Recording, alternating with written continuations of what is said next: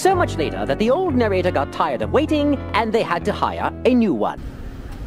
Guys, alam niyo ba pag nandito kayo sa Hiroshima, napakaganda sa gabi kasi madaming ilaw-ilaw at yung sa shopping nila. Ayan, diba? Super love it here, as in. Hindi ako nagsasakang pabalik-balik lang, kahit window shopping lang.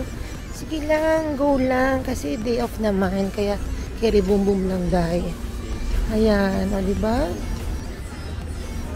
Oh, ang ganda-ganda, as in, ang ganda. Talaga siya.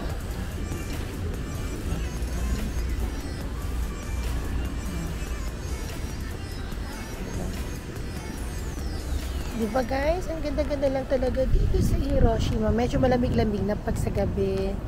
Ayan, diba? Pak!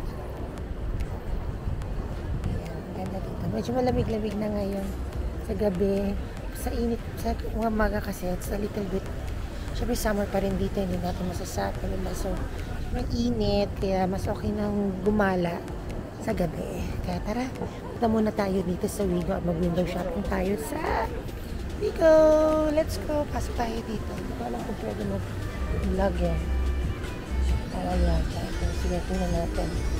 Okay.